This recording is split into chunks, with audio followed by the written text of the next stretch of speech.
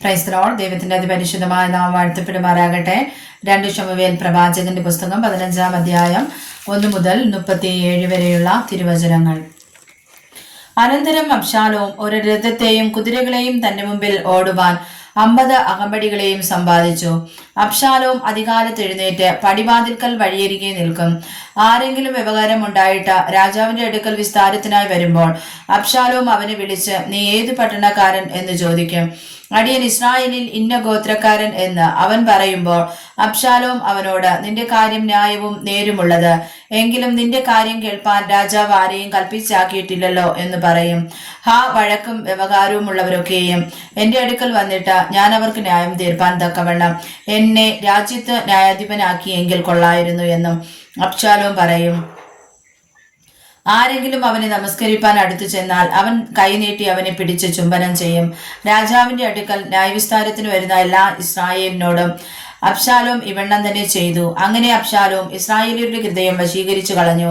4 സംവത്സരം കഴിഞ്ഞപ്പോൾ അബ്ശാലോം രാജാവിനോട് പറഞ്ഞത്, ഞാൻ യഹോവയ്ക്ക് നേർന്ന ഒരു നേർച്ച ഹെബ്രോനിൽ ചെന്ന് കഴിപ്പാൻ അനുവാദം തരണമേ. യഹോവ എന്നെ യെരൂശലേമിലേക്ക് മടക്കി വരുത്തിയാൽ യഹോവയ്ക്ക് ഒരു ആരാധന കഴിക്കുമെന്ന് അടിയൻ അരാമിലെ ഗെശൂരിൽ പാർത്ത കാലം ഒരു നേർച്ച നേർന്നിരുന്നു. രാജാവ് അവനോട്, സമാധാനത്തോടെ പോക എന്ന് പറഞ്ഞു. അവൻ എഴുന്നേറ്റ് ഹെബ്രോനിലേക്ക് പോയി. എന്നാൽ അബ്ശാലോം ഇസ്രായേൽ ഗോത്രങ്ങളിൽ എല്ലായിടവും ചാരന്മാരെ അയച്ചു.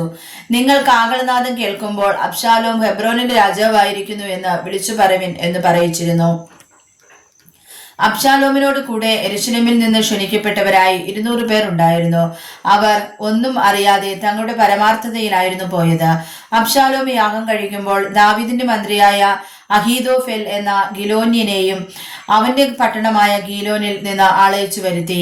ഇങ്ങനെ ജനം നിത്യം അബ്ശാലോമിന്റെ അടുക്കൽ വന്നു കൂടുകയാൽ കൂട്ടുകെട്ടിന് ബലം ഏറി വന്നു. അനന്തരം ഒരു ദൂതൻ ദാവീദിന്റെ അടുക്കൽ വന്നു ഇസ്രായേലിന്റെ ഹൃദയം അബ്ശാലോമിനോട് യോജിച്ചു പോയി എന്നറിയിച്ചു. അപ്പോൾ ദാവീദ് യെരൂശലേമിൽ തന്നോട് കൂടെയുള്ള സകല ഭൃത്യന്മാരോട്, നാം എഴുന്നേറ്റ് ഓടിപ്പോക, അല്ലെങ്കിൽ നമ്മിൽ ആരും അബ്ശാലോമിന്റെ കയ്യിൽ നിന്ന് തെറ്റിപ്പോകയില്ല. അവൻ പെട്ടെന്ന് വന്ന് നമ്മെ പിടിച്ച് നമുക്ക് അനർത്ഥം വരുത്തുകയും പട്ടണത്തെ വാളിന്റെ വായ്ത്തലയാൽ നശിപ്പിക്കുകയും ചെയ്യാതിരിക്കേണ്ടതിന് ക്ഷണത്തിൽ പുറപ്പെടുവിൻ എന്ന് പറഞ്ഞു. രാജഭൃത്യന്മാർ രാജാവിനോട്, യജമാനനായ രാജാവിന്റെ ഹിതമൊക്കെയും അടിയങ്ങൾക്ക് സമ്മതം എന്ന് പറഞ്ഞു. അങ്ങനെ രാജാവ് പുറപ്പെട്ടു. അവന്റെ ഗൃഹമൊക്കെയും അവനെ പിൻചെന്നു. എന്നാൽ രാജധാനി സൂക്ഷിപ്പാൻ രാജാവ് 10 വെപ്പാട്ടികളെ താമസിപ്പിച്ചിരുന്നു. ഇങ്ങനെ രാജാവ് പുറപ്പെട്ട് ജനമൊക്കെയും പിന്നാലെ ചെന്നു. അവർ മെർഹാക്കിൽ നിന്നു. അവന്റെ സകല ഭൃത്യന്മാരും അവന്റെ അരികത്തുകൂടി കടന്നുപോയി. എല്ലാ ക്രേത്യരും എല്ലാ പ്ലേത്യരും അവനോടുകൂടെ ഗത്തിൽ നിന്ന് പോന്നിരുന്ന 600 പേരായ എല്ലാ ഗിത്യരും രാജാവിന്റെ മുമ്പാകെ കടന്നുപോയി. രാജാവ് ഗിത്യനായ ഇത്തായിയോട് പറഞ്ഞതെന്തെന്നാൽ, നീയും ഞങ്ങളോട് കൂടെ വരുന്നതെന്തിന്? നീ മടങ്ങി ചെന്ന് രാജാവിനോട് കൂടെ പാർക്ക. നീ പരദേശിയും സ്വദേശ ഭ്രഷ്ടനും അല്ലോ. നിന്റെ സ്ഥലത്തേക്ക് തന്നെ പോയിക്കൊള്ളുക. നീ ഇന്നലെ വന്നതേയുള്ളൂ. ഇന്ന് ഞാൻ നിന്നെ ഞങ്ങളോട് കൂടെ അലഞ്ഞു നടക്കുമാറാക്കുമോ? ഞാൻ തരം കാണുന്നിടത്തേക്ക് പോകുന്നു. നീ നിന്റെ സഹോദരന്മാരെയും കൂട്ടി മടങ്ങിപ്പോക. ദയയും വിശ്വസ്തതയും നിന്നോടുകൂടെ ഇരിക്കട്ടെ.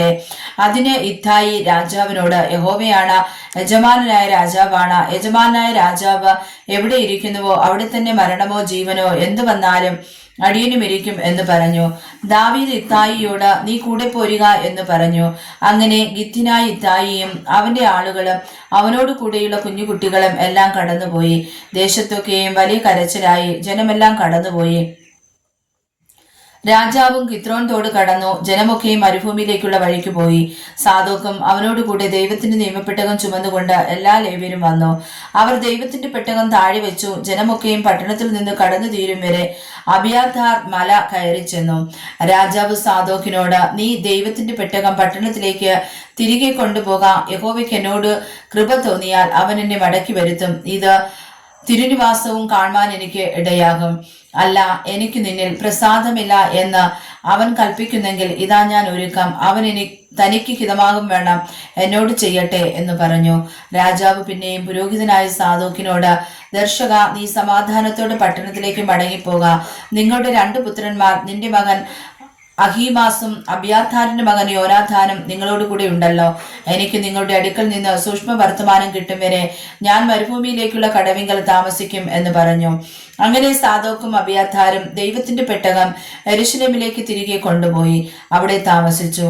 ദാവീദ് തലമൂടിയും ചെരുപ്പിടാതെയും നടന്ന് കരഞ്ഞും കൊണ്ട് ഒലിവുമലയുടെ കയറ്റം കയറി. കൂടെയുള്ള ജനമൊക്കെയും മൂടി കരഞ്ഞും കൊണ്ട് കയറി ചെന്നു.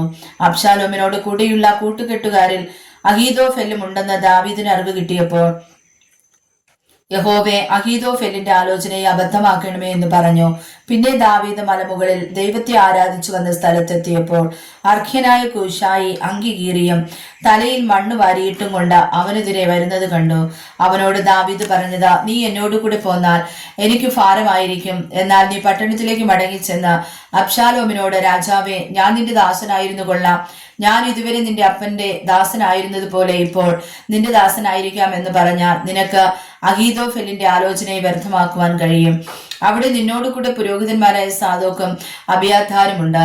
അതുകൊണ്ട് രാജധാനിയിൽ നിന്ന് കേൾക്കുന്ന വർത്തമാനമൊക്കെയും നീ പുരോഹിതന്മാരായ സാദോക്കിനെയും അബ്യാഥാരിനെയും അറിയിക്കണം. അവിടെ അവരോട് കൂടെ അവരുടെ 2 പുത്രന്മാർ സാദോക്കിന്റെ മകൻ അഹീമാസും അബ്യാഥാരിന്റെ മകൻ യോനാഥാനുമുണ്ട്. നിങ്ങൾ കേൾക്കുന്ന വർത്തമാനമൊക്കെയും അവർ മുഖാന്തരം എന്നെ അറിയിപ്പിൻ. അങ്ങനെ ദാവീദിൻ സ്നേഹിതനായ ഹൂശായി പട്ടണത്തിൽ ചെന്നു. അബ്ശാലോമും യെരൂശലേമിൽ എത്തി. വായിച്ചതായ തിരുവചനങ്ങളാൽ കർത്താവ് സൃഷ്ടകരമായി നമ്മെ അനുഗ്രഹിക്കുമാറാകട്ടെ. ആമേൻ.